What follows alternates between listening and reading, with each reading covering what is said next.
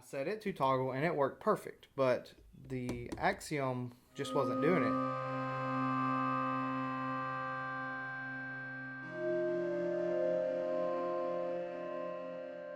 Alright, hey guys, Mitch here from the TheAudioDabbler YouTube channel, and I'm going to take a little bit of a different approach on my video today, and I'm going to kind of go over my Axiom 49 and a few things that I was struggling with, but now I figured it out, and so I figured I would just share my knowledge, because since if I was having trouble with it, you know, there's a good chance maybe somebody else was having the same kind of issue, maybe not, but I'm still going to do a video. So, playing around with BeatHawk, and I realized that BeatHawk will respond to channels CC messages 117, 118, and 119 with the stop, with the play, and with the record toggle.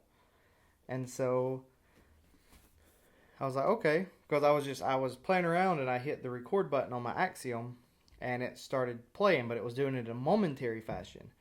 And so I racked my brain trying to figure out how to turn it to toggle, and I pulled out my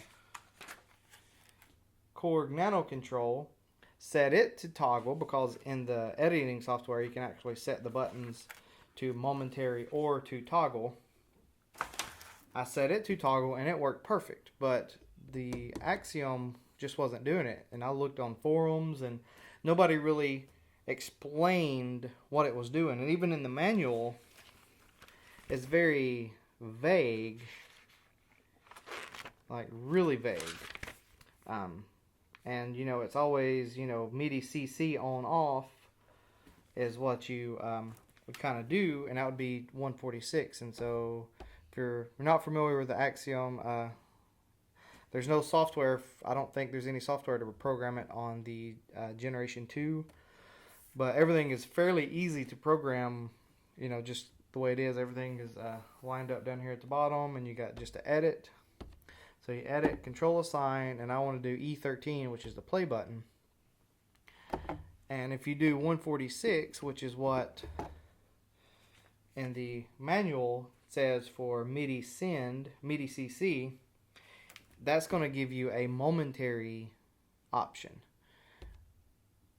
And if you go back here, control select, you got the data 1, which is the CC message, data 2, which is the off message, and data 3, which is on. And I looked at what actually read a forum, and a guy was, and I think he was from M-Audio, and he was saying that down 146, if you set 1 to 0, 1 to 127, it simulates a toggle.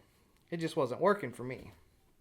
But what I did figure out is if I go edit, E13, control assign, and I just do 118 as the CC, as the control assign CC, it still sets it as 118.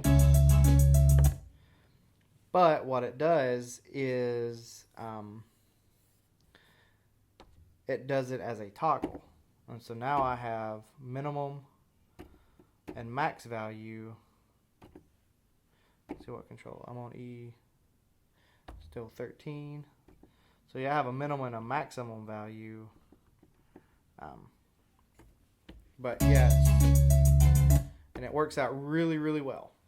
So if you're looking to toggle, because it's not necessarily straightforward, if you do messages 0 to 119, it says it's right here in the manual, standard MIDI CC, data 2, toggle value 2, data 3, toggle value 1.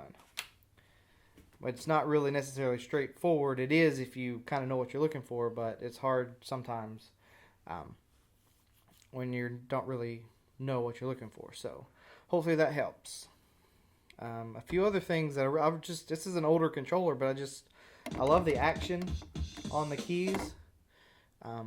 It's got a really quick, if I want to change the channel, I hit edit, hit channel, come over here, let me scroll over and up. You got the number pads. You got the number pads right here, and you got the enter button. So if I want channel 12, hit enter. Then it's transmitting on channel 12. And this is kind of the global channel, you know, whatever I want. And then you can zone it really easily.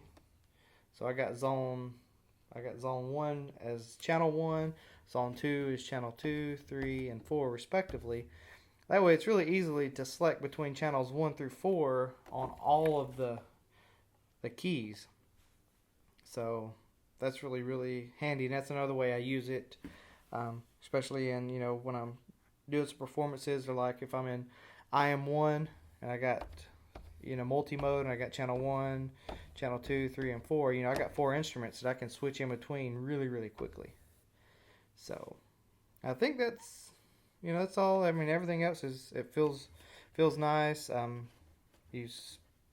Editing it is so easy. I can rotate a knob. I can hit edit, data 1, or control assign. This is assign 75. If I just want to toggle through, I can just toggle through by this up and down, and then hit enter, which is the last key over here.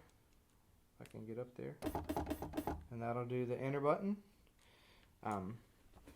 If you want the minimum and maximums on these encoders, if you don't want it to go too far either way, is really good.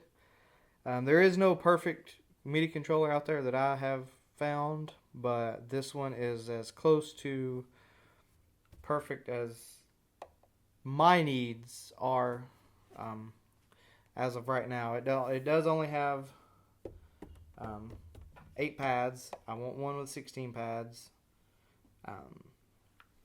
And they don't have any of the fancy MPC like note repeats, or don't have any kind of arpeggiators or anything like that. But the keys feel really nice, and you can find them on Craigslist. They kind of will run on iOS Power. You kind of got to do the finagling with it, but I have my iConnect audio, so for me that's never an issue. So anyways, thanks for watching. Hopefully this helped anybody that has an Axiom series. This is the Gen 2, but leave a comment below if you've had any other questions about this controller. I've had it for a couple years now, and I'm still learning things about it, but I'm getting more and more comfortable to where I can do a lot more things with it. So thanks for watching, and I will talk to you guys later.